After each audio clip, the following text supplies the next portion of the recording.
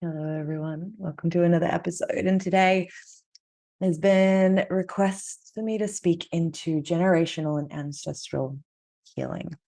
And as primarily a business coach or a coach who works with leaders in business, this is something that's not normally at the forefront of my messaging because it can get construed in all sorts of different ways and put me in a little spiritual box, if we just put it that way. And yet, so much of what we do behind the scenes is essentially generational and ancestral healing in the leaders that I work with, in the women and the mamas that I work with. And this has become such a theme in the world, which is incredible.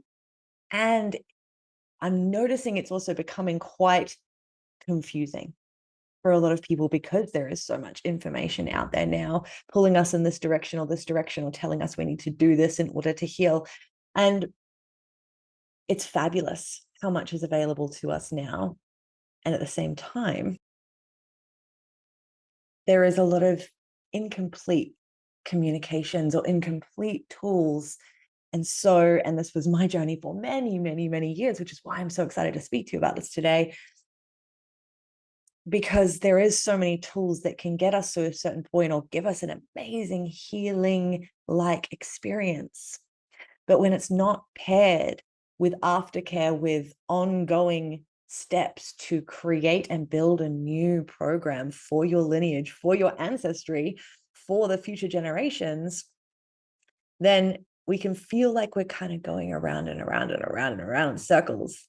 And one of the biggest feedback pieces that I get from all the women that I've worked with, and the men as well, is that they're so much less reactive in situations. They never stay in a problem for more than 30 minutes or maybe a day, when in the past they might have spent months or even years or sometimes decades holding on to things.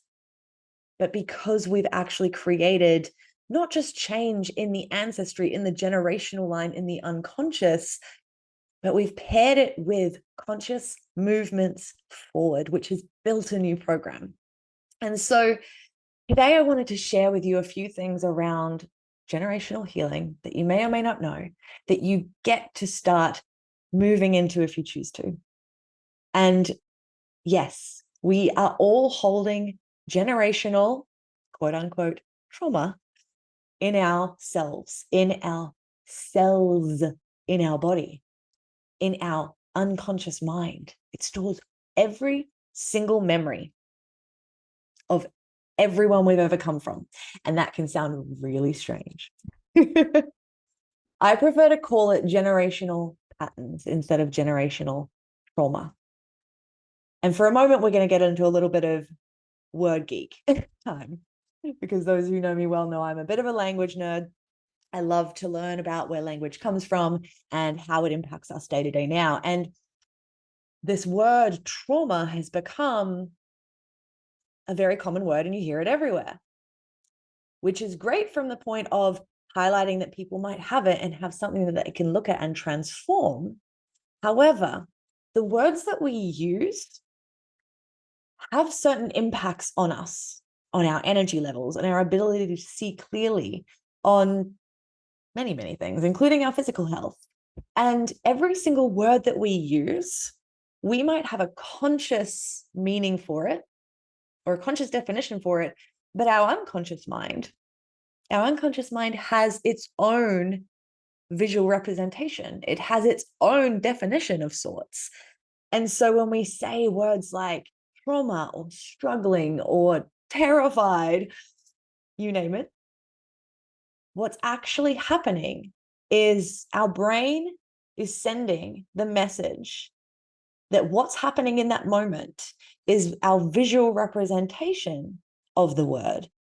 And then that's telling our nervous system what it needs to do and how it needs to move. It also then informs our behaviors and the way we respond or react or speak, depending on what kind of state it's told us to go into.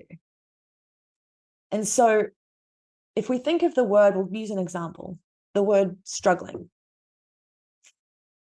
If you were to close your eyes right now and say the word struggling, what is the picture that pops into your mind? The visual picture, struggling. You're struggling right now. What is the visual picture that you get? The first one that comes to mind. Whatever that picture is, that's what your brain and your unconscious mind believe is happening every single time you say that word. Now, for many people, and yours might be different, but for many people, the word struggling brings a picture of maybe being tied to a chair underwater or being stuck in a situation where you can't move, something that's dangerous. And so if we're moving through the world and saying day to day, I'm struggling with money, I'm struggling with relationships, I'm struggling with my health, we are definitely doing that from a conscious definition standpoint.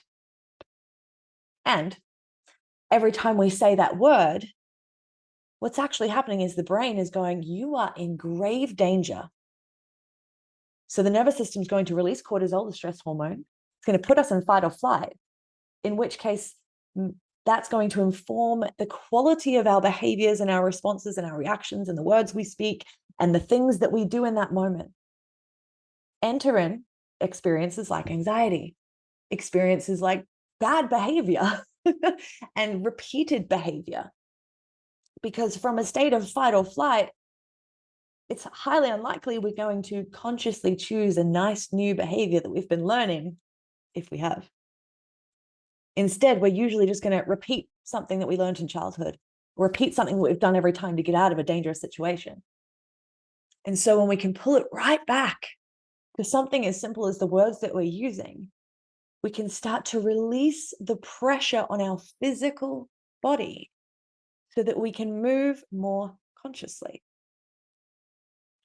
So now if we take a word like trauma, give that one a go and close your eyes. And what is the picture that you get for trauma? I don't know about you, but I get a bloody battlefield and I've lost my limbs, right?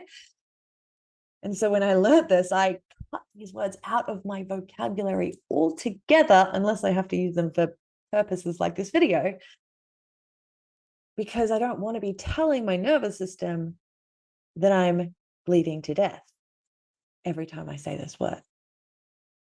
So I invite you to start to identify words in your language that maybe have a more stressful visual representation in your unconscious, and find reframes or other ways to explain, if you need to, the situations and circumstances that you find yourself in with less inflammatory language.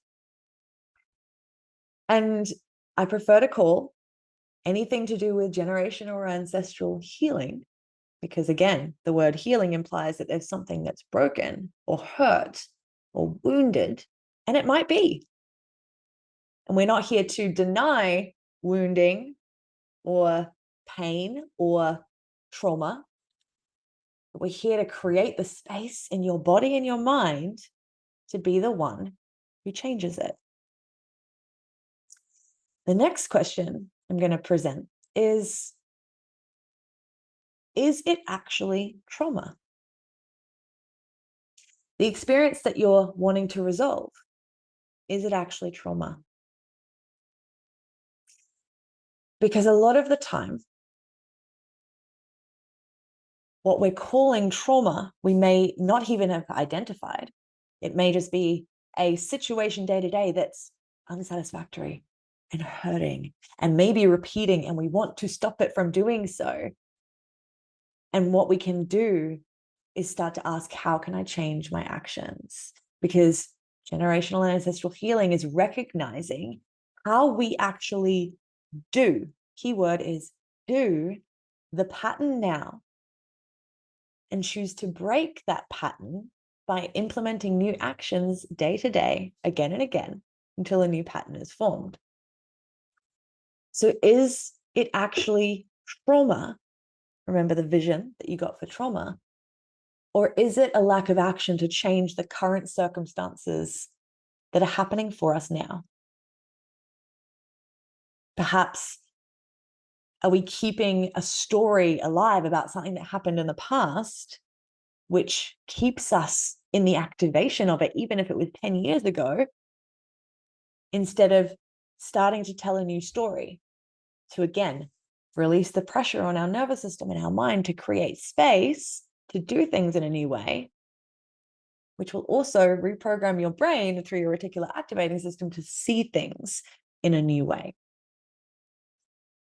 And a lot of times when I start talking about the word action, because I work with women who want to be more in their feminine, which is fabulous, and we love that juicy work, I get a little bit of pushback around, well, action is masculine and I want to be feminine. And this has been thrown around a lot. And I want to invite you now just to come on a little journey with me back to when we were in tribe, like really in tribe. What were the women doing? She was sitting at home. She was nurturing the kids and most likely herself, focusing on health, preparing the home, building the grounded foundations within herself and her energy so that she could have the space to do all the things around the home and around the camp and around the tribe. Also energy to receive whatever might happen day to day. All of that's action, right? While at the same time, the masculine was out hunting, taking movement type of action, getting the food, moving energy himself, and getting ready to come home and present to the feminine. And here's the thing, we both have these energies within ourselves. We also have the ability to create these dynamics with others that support our strongest attributes. And this relates back to changing generational patterns or trauma, because we can start to ask ourselves, am I taking action day to day from that grounded foundation that I've created through the power of feminine action as well, through the power of nurturing my mind, my body, my relationships, those around me, my home. Because from that grounded space, we start to have more space to take more of the masculine action to create the lasting change. And a lot of the times I work with women who either don't have a man who's helping them create that masculine container, which is so important. And sometimes I'm working with women who do have a partner that they are starting to learn to build that container with. But we're also looking at how to cultivate that feminine energy as much as possible without needing that other person to create the containment together. And this can be challenging. And I am always calling on the masculines and the men to ask how they can create grounded spaces for women, because this is how women really will come back to femininity. But for now, for the ladies, it's how can we actually create this for you within yourself as much as possible so that you start to have the ability to create these changes that you want from that space that you build. Because we can do so many different processes and spiritual journeys and plant medicines and breath works and all of these amazing things that we have available to us in today's age that maybe have those opening of the clouds and the sun shining through moment of, oh, I feel like I just created a huge change in my generational history, or I just had a huge healing experience. We all know that feeling if you've gone down any of those roads, and I've been down all of them, and it can feel so beautiful. And when it's not backed and paired with moving forward some kind of action to change the way that we have done that pattern, that generational pain or program for so long, and we find ourselves kind of looping back into the similar situations because we've created a relief maybe in the unconscious program. However, we haven't paired it with something new in its place, right? And so every single person is holding generational patterns in their being, in their unconscious, in their cells, from every line that we've ever had. The question is, will you be the one who repeats those patterns? Will you be the one who evolves? You're currently holding the memory of every single person that came before you in your unconscious, every single person. And we live in a really noisy world where we're taking on more information in one day than most people would take in their whole lifetimes 100 years ago. So there can be not only all this clutter in our unconscious programs just from our own stuff, but then we're faced with 100 million potential solutions, information, ancestral healing programs, whatever it is, right? That can pull us in all these other directions. And so, number one is to ask, how can I create a level of containment, a level of support around myself and foundation beneath me, so that whatever beautiful healing experiences I may have, I get to back each and every one of those with action moving forward to build a new program, which is the thing that creates that change. It is the thing that creates that ability to have problems, but go, oh, wait, I know how to solve this. Oh, I know how to turn to. Oh, I know how to do this in my mind to create a better outcome. And every time we do that, it gets easier and easier and easier. And then we get to a point where, as we call in my communities, we have champagne problems, where we're kind of just creating problems to have problems to keep life interesting. Because as Tony Robbins says, the biggest problem humans have is that we think we're not supposed to have any. You're always going to have problems. Life's going to rock and roll you, whether you do this work or not, whether you work towards creating a beautiful life for yourself or not. So wouldn't you prefer to create a beautiful life for yourself and have far less time between the good days and the good days to bring potentially a very up and down wave of emotion to more just like a gentle cruising surf wave? Because we might all be talking about wanting to heal trauma, but what we really want is to resolve how it's impacting day-to-day life now. So how is potential trauma impacting your day-to-day life now? What is the life that you do not have that you're wanting to create? One of the first things we do inside any of the work that I do with clients is to start to allow yourself to go into the future and build yourself this incredible potential life in the energies of the future, rather than allowing yourself to be taken out by all of the what if I can't do it, what if it's never going to happen, I'm just going to get disappointed BS. We start to allow yourself to go there just for fun, just to give yourself a relief from maybe telling the story of everything that went wrong, right? So how is potential trauma or healing that is needed from the past impacting day-to-day life now? How have you decided that it's doing that? What is not working now? And how can you allow yourself to go to a day in the future and imagine an experience of life where every single thing has actually worked out that you want right now, and get really specific on it? And then once we've done that, we get to start asking, what are patterns of behaviors that I do now that that person in the future would not be doing? How am I thinking day to day? How am I speaking to others? How am I treating my physical body? How am I showing up in my relationships? How am I moving with my money?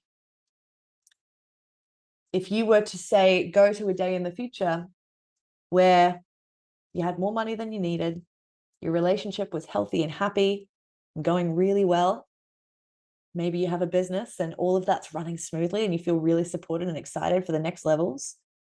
Maybe your physical health is so incredible, you bounce out of bed in the morning and look in the mirror naked and you're just like, oh, wow, can't wait to go out in the world and be seen and move and catch myself in the mirror and be like, oh my God, so proud of you. Do you think that person day to day is getting up and going, oh my God, I don't know what to do. Oh my God, I haven't done this. Oh my God, I need to heal. Oh my God, I haven't got enough money. Oh my God, my partner's going to leave me. Do you think any of that's going on? Right? So starting to identify the behaviors, the thought patterns, the things we say and do, the way that we move through each day. And do we need to start asking, how can I flip that behavior completely if I'm going to start showing up in the vibration of the person who has the thing that I actually want?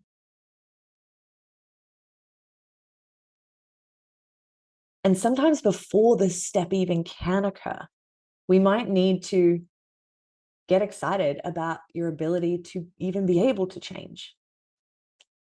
And this is why physical health change can be so powerful.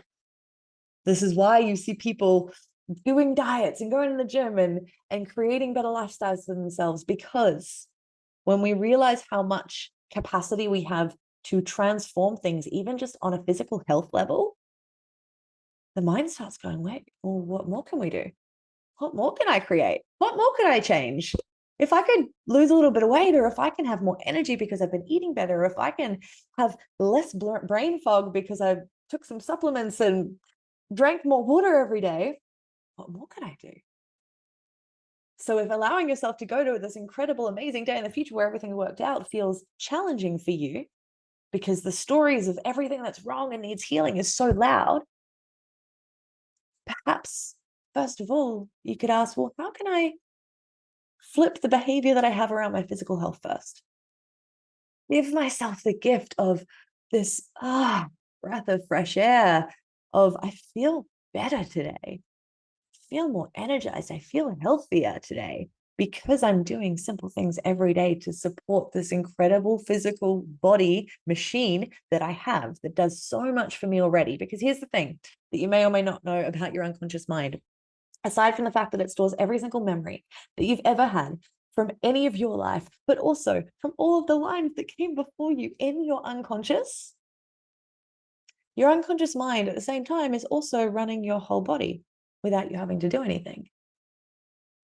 Your unconscious mind is telling your lungs exactly how to move and what to do with air.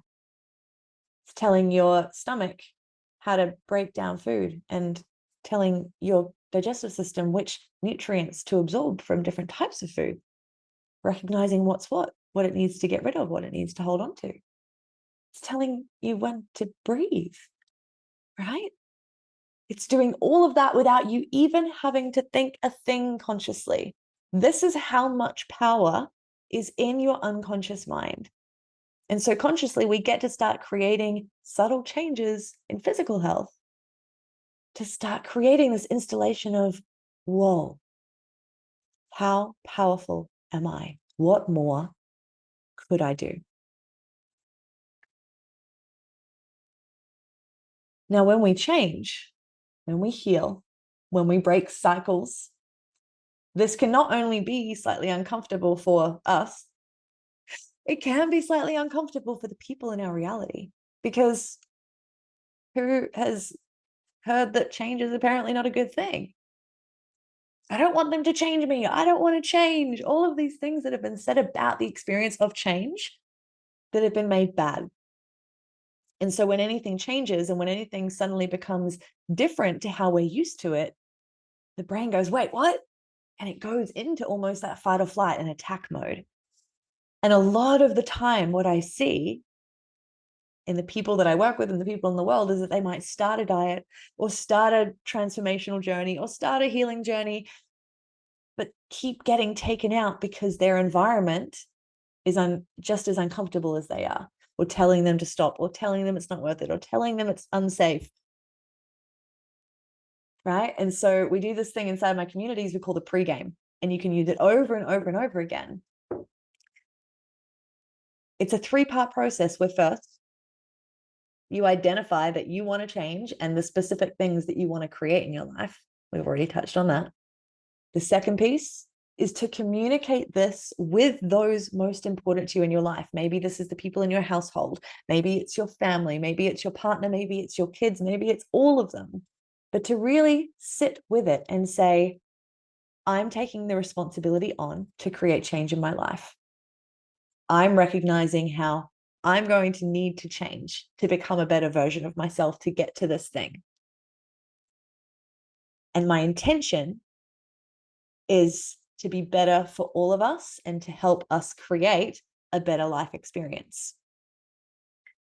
Now, notice I didn't say, I need you guys to help me. I need you to change for me to get there. It's a complete personal responsibility of, I've decided that something needs to change. I'm letting you know that change is going to be occurring, and it's probably going to be uncomfortable for me, and it's probably going to be uncomfortable for you. My intention is that it's going to end up being awesome for all of us. And my question is, how can we communicate during this change? And how can we maybe support each other during this change? Or at least talk about it if it gets a little bit uncomfortable, right? What this does is you're creating the installation that change is going to happen, and it's probably going to be uncomfortable. And can we talk about it if and when that happens, with the intention of where it's going, which is going to be really great for everyone. Now, step 3 is where everyone gets really fuzzy. Because a lot of the time we think that we can get clear on it. We can tell everyone it's going to happen. And then we somehow kind of gaslight ourselves into thinking that then it's just supposed to happen. And then we loop back. Step 3 is doing what you said you were going to do. Step 3 is following through on the actions and the change that you said you were going to make, even if the kids act up, even if your partner gets a little bit upset about it and doesn't make sense of it because it's foreign to their brain. They're not used to change. Even if your work colleagues don't want to hang out with you anymore. Even if your family starts to try and convince you out of it. And at any stage throughout that point, reminding them, remember how we talked about this. Remember where we're going. How can we support this process? But the more you hold the frame, the more you actually do what you said you were going to do, not only will you create results, but they'll see it and they'll want to come too in their own time. So how can you have the pre-game conversations with those around you so that you really cultivate that container that's going to support the transformation you're going to be making?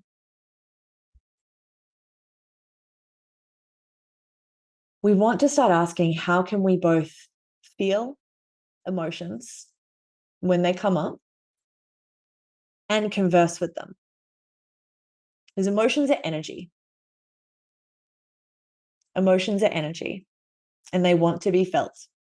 This doesn't mean that we have to walk through the world constantly screaming or being angry and crying and letting things out. But how can we cultivate spaces to feel what's there and to have a conversation with the emotion? You're sad, you're grieving, you're angry, you're frustrated. What is that? Have you created time and space to sit with it and actually have a conversation? Because that emotion is a part of your consciousness. It's a part of something that's a remnant in your unconscious programs. Can you have a conversation with that emotion and ask it what it needs? Ask it what it's wanting to create. Ask it how you can actually work with it. Knowing that you have this inner guidance system that is very connected to your emotions. And that inner guidance system, the more you get clear on where you'd like to go, is going to lead you there, no matter what, if you choose to work with it. It's not always going to be enjoyable because almost every single time there's going to be a bit of a delay period between where you're at and what you want as you close the gap and become the vibration and become the person who actually matches with that amazing experience. And a lot of the time we can get taken out of following that path because we think our guidance system is just supposed to send off on this amazing journey, which is all sunshines and rainbows and beautiful experiences as soon as we've decided to create a better life for ourselves. But usually what actually happens is being thrown into the mosh pit at a heavy metal concert to figure out how you get to change all your own programs, some of which are yours and some of which are just other people from your past, to come out of that mosh pit and be like, okay, there it is now. So when we can know that the path to a better reality is going to feel pretty intense before it gets amazing, we can overcome a lot of those barriers because we've expected it and we know to lean in. One of the most powerful tools that we can do in this work is to see the darkest things in our reality and ask, how is that also me? Because another thing you may not know about the unconscious mind is that it doesn't separate you from anyone else. This is also shown in the law of oneness, the 12 tried and tested laws of the universe. Your consciousness does not separate you from anyone else. And so everything that shows up in our reality is a part of our consciousness being reflected back. So when we see things that are great, own it, celebrate it. When we see things that are not, how is that me? How could that be me? How have I been that in the past? Because when we allow ourselves to recognize our capacity for bad behavior, for evil, for negativity, we then bring it into the light and can create a strategy to be something better when we're put under pressure. Because otherwise, if we haven't allowed ourselves to see where we can be bad behaviors, when we are put under pressure, we drop into that fight or flight, and then we move unconsciously from what we've learned to do in that moment. I'm going to give you an example. Toilet paper. Most of you know where I'm going with this. A few years ago, there was a situation where the media said that we might run out of toilet paper due to the pandemic that we were in. Some people stayed home, thought, okay, what are we going to do about this? Maybe we'll cut up some material and make reusable toilet paper and wash it, and just do it that way. But most people had not recognized their capacity for how unconscious and intensely they could move when put under fear or pressure. And we all saw the things that went viral on the internet. Maybe we experienced them in real life when we went to try and get our own toilet paper, right? And this is the perfect example of what will happen under crisis if we haven't allowed ourselves to see how we can flip when in a state of crisis or chaos. When we haven't brought our own parts of ourselves to the light using our outward environment. And so I love to say, if you can see someone being abusive in your reality, how are you capable of abuse? What would have to happen for you to flip into abuse? If you hear about murder or you see it on the news, how have you got the capacity to murder? It's heavy stuff, right? But if we can see it in our reality, it's a part of us we haven't allowed ourselves to recognize yet. And each and every one of us has the capacity for the worst behaviors that humans are capable of. And we're lucky enough in our generations and this time in the world to not have any of that pressure to potentially go there. However, in the next 10 years alone, there's going to be a lot that goes down. There's going to be a lot of pressure and potentially chaos. And so the most powerful thing we can start to do is use our current reality and recognize how we might be capable of those things and create a strategy and a foundation so that we can move in a better way. That's going to be more conducive to what we want to create, but also for our families and our communities. And a lot of the time this gets called shadow work. And again, shadow work has been very monetized and very glorified, and it can be this beautiful experience of different processes and spiritual practices. However, if we're doing some form of shadow work or healing work, by trying to remove a part of ourselves, we actually reject a part of ourselves, which fragments ourselves even more from ourselves. And so I invite you to start thinking about healing work and shadow work and transformational work as drawing all the parts of yourself back together and bringing them into union or integration. Because even the part of you that is capable of murder has its value. If suddenly the world went into absolute chaos, if someone decided to start a what do they call it? Hot warfare, Cold War, and they maybe shut off all the internet and all the banks and all of society got shut down, and someone was trying to break into your house to steal your food, what would you do? You would protect your family, you would protect your home, most likely. And so there is a protective importance in the parts of ourselves that are capable of bad things.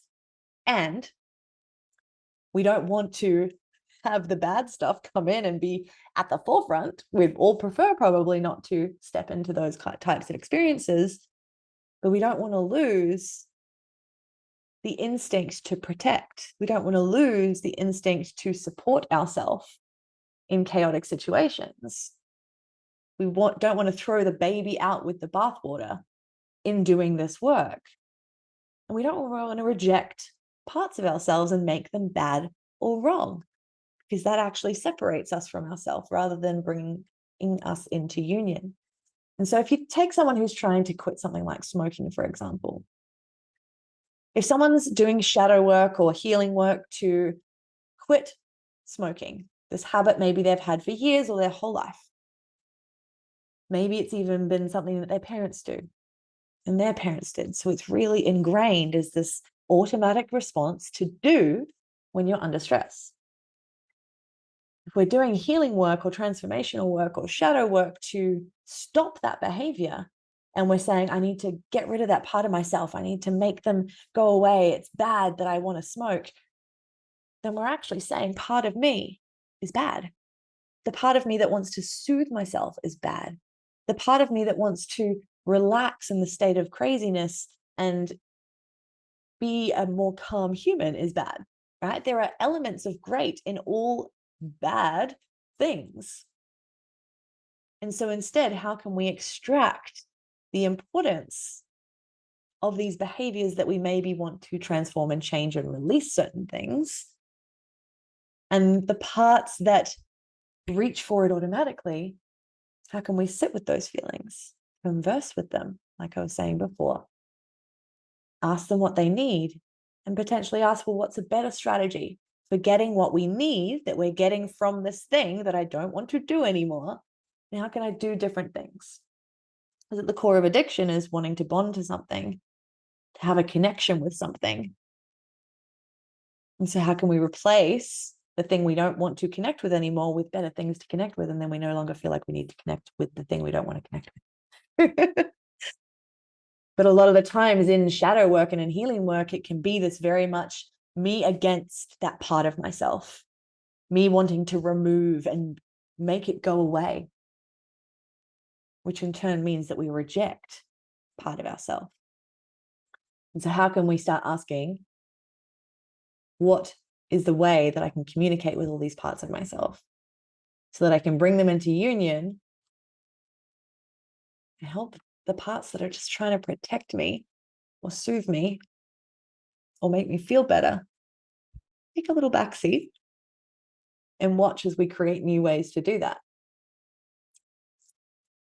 This is why the work I do with my clients is a combination of unconscious generational healing through root cause therapies with the identifying of the current day manifestation of the pattern and the behavior. And the discipline of this work is having these beautiful, transformational journeys that I take people through in my programs, but also recognizing how you actually do the pattern in your day-to-day life and creating a better strategy for you to do instead. And that's how we've created so much incredible results in these programs. And in the next 10 years, we're on track to have more happen in our reality than in the last century.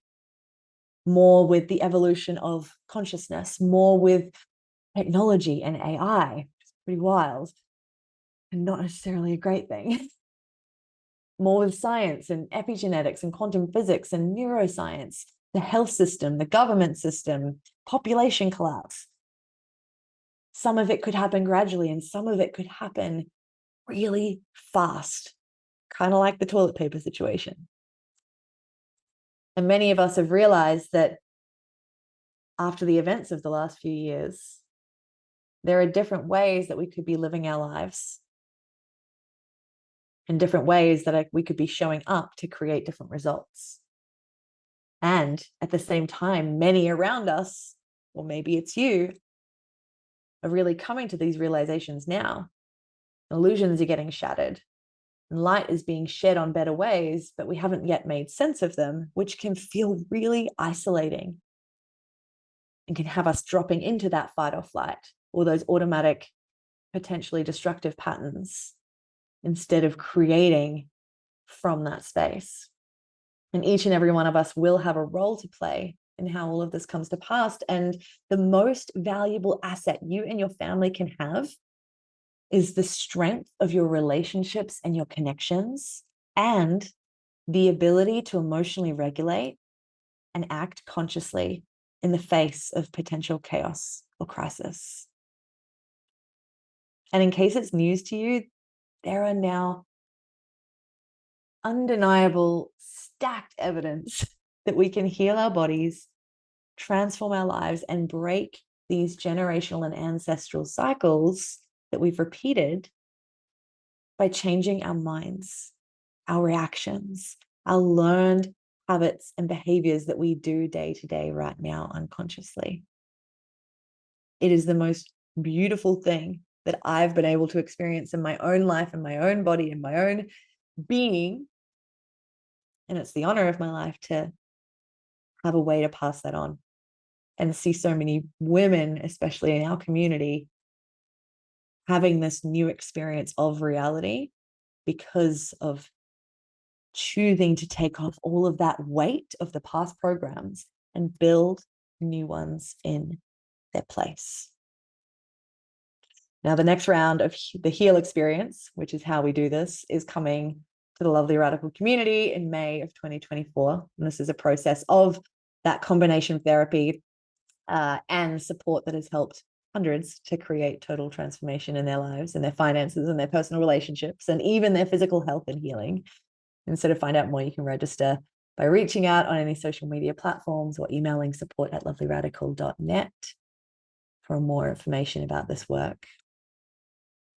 And the goal is always to make it as powerful and fun as possible because, yes, transformational healing, generational ancestral healing can be quite fun. But I implore you to also pair any healing work that you have done or will do with that daily conscious action to transform how you have done the pattern up until now with a pattern that's going to create the reality that you want, that's going to create that ability to come out of pain or problems quickly and to actively manifest a better reality for yourself and yours. I hope you've enjoyed this episode. I'll see you on the next one.